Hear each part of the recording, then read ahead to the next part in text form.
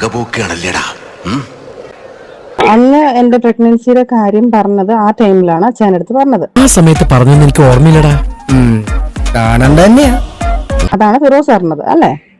അതെ, ഫിറോസിന്റെ കയ്യിലൊക്കെ ഏറ്റവും വലിയ ആയുധമാണ് നീ പ്രഗ്നന്റ് ആണെന്നുള്ളത്. ഇനി എനിക്ക് എങ്ങനെയെങ്കിലും ഇതിൽ നിന്ന് ഊരിയാ മതി. ഇതിൽ നിന്ന് നീ എങ്ങനെ വേഗം ഊരാന്ന് വിചാരിക്കണ്ട.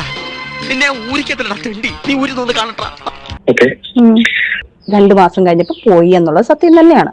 അപ്പം എനിക്ക് ഓൾറെഡി ആ കുഞ്ഞിനെ നിങ്ങൾ പ്രൊട്ടക്ട് ചെയ്യാൻ തുടങ്ങിയത്, നിങ്ങൾ എനിക്ക് മെഡിസിൻ തരാൻ തുടങ്ങിയത്, കളിക്ക് തുടങ്ങിയ ബന്ധമാണ് എന്നെ ആ കുഞ്ഞിന് വേണമെന്നുള്ളൊരു തീരുമാനം നമ്മൾ മ്യൂസിൽ എടുത്തു കഴിഞ്ഞപ്പോൾ എനിക്ക് നിങ്ങളൊരു കുഞ്ഞിനെ ആവശ്യമാണ്. ഓഹോ, അപ്പോൾ അങ്ങനെ ഒരു സംഭവം ഉണ്ടായിരുന്നല്ലേ? എന്താ മല്ലയ്യ, എന്താ ഞാൻ കേൾക്കുന്നത്? അത് കഴിഞ്ഞിട്ടും നമ്മൾ സന്തോഷത്തോടെയാണ്. ഒരു പ്രാവശ്യമേ ഉള്ളൂ ഞാനൊന്ന് ഇക്കാനടുത്ത് ബലമായി പീഡിപ്പിച്ച് ഇക്കാനൊക്കെ എനിക്ക് ഇക്കാനെ വേണമെന്നും ബലമായിട്ട് ഞാൻ ഷാദിത്തുള്ള സമയത്ത് ഞാൻ ഇക്കാലത്ത് പറഞ്ഞിട്ടുണ്ട്. നിറം വെളുപ്പാണെങ്കിലും ഉള്ളു മുഴുവൻ കറുപ്പാ. ഇവളൊക്കെ മുഖടച്ചൊന്ന് കൊടുക്കുക വേണ്ടത്. അങ്ങനെ കൊടുക്കാൻ ആളുണ്ടായിരുന്നു, അവൾ ഇങ്ങനെ കിടന്ന് തുള്ളു. ഒന്നുമല്ല, ഇതിന് 2 മാസം മുന്നേ ആണത്. ഈ പ്രാവശ്യം, അതായത് കഴിഞ്ഞ മാസം, അതായത് ഈ പ്രശ്നങ്ങളൊക്കെ നടക്കുമ്പോൾ നമ്മൾ സന്തോഷത്തോടെ ഫിസിക്കൽ അറ്റാച്ച്മെന്റ് ആയപ്പോഴാണ് ഈ കുഞ്ഞായത്.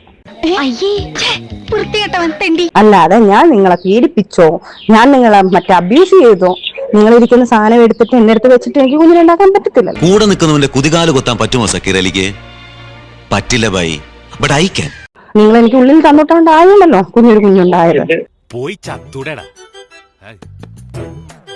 ഞാൻ പറയുന്നില്ല.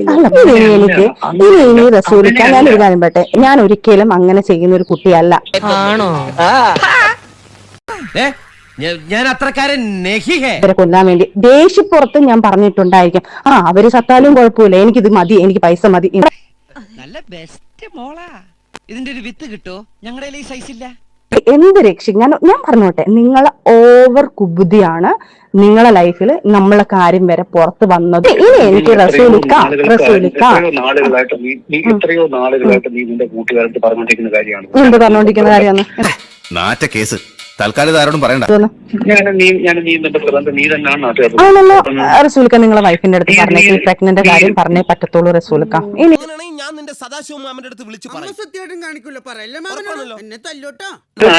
അല്ലല്ല, ഇനിയിപ്പോ എനിക്ക് പറ്റത്തില്ല. ഞാൻ എത്രയോ ക്ഷമിക്കുന്നുണ്ട്. എല്ലാം നീ ഒരിക്കലും ഞാനും നീയും ഒരുമിച്ച് നിൽക്കേണ്ട ആവശ്യകത നീ ഇപ്പോഴും മനസ്സിലാക്കിയിട്ടില്ല. പിന്നെ അനുഭവിച്ചോട്ടോ. അത് ഞാനല്ലല്ലോ മനസ്സിലാക്കുന്ന റസൂൽ കുട്ടി. ചതിച്ചുണ്ടാക്കി എന്നുള്ളൊരു ഡയലോഗ് ഉമ്മയുടെ നേരത്തെ പറഞ്ഞു നിങ്ങള്. അതെന്നാ വർത്താനം പറഞ്ഞു വെച്ചു പോയെ? ഞാൻ സച്ചിനെ ഇങ്ങനെ ഞാൻ അത് നിർബന്ധിച്ചു പിടിച്ചുണ്ടാക്കിയെന്ന് പറഞ്ഞു. നിർബന്ധിച്ചു പിടിച്ചുണ്ടാക്കാൻ നിങ്ങൾ ഇരിക്കുന്ന സാധനം എനിക്ക് അടുത്ത് ഉണ്ടാക്കാൻ പറ്റത്തില്ലല്ലോ. പച്ചവെള്ളം ചവച്ചു കുടിക്കണ പഞ്ചപാവം അങ്ങോട്ട് ഇറങ്ങിയില്ലടേ.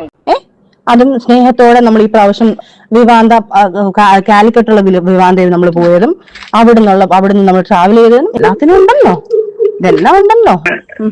ചതിച്ചോ ദൈവമേ, എന്നെ തേച്ചതാണല്ലേ. ലണ്ടനിൽ നിന്ന് UAE എനിക്ക് മെഡിസിൻ എടുത്തുകൊണ്ട് വരുന്നു, കുഞ്ഞിന് കൊടുക്കാനുള്ള പ്രൊട്ടക്ട് ചെയ്യുക, കുഞ്ഞിന് ഇത്രയും കെയറിംഗ് ആയിട്ട് ചെയ്യണം എന്നുള്ള സാധനങ്ങൾ അക്സെപ്റ്റ് ചെയ്തു എന്ന് പറഞ്ഞു കഴിഞ്ഞാൽ നമ്മൾ മ്യൂച്വലായിട്ട് എടുത്തൊരു തീരുമാനം കുഞ്ഞിനെ കണ്ടിന്യൂ ചെയ്യുന്നു പറഞ്ഞതിന് ശേഷം ഞാൻ അങ്ങനെ പറഞ്ഞിട്ടില്ല.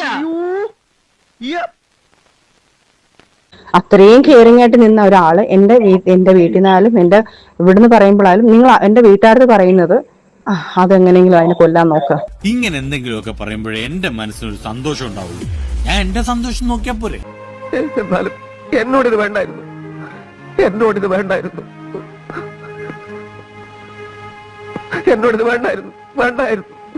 എന്നാ ഞങ്ങൾ അങ്ങ് ഇറങ്ങട്ടെ. ആയിക്കോട്ടെ, സന്തോഷായി.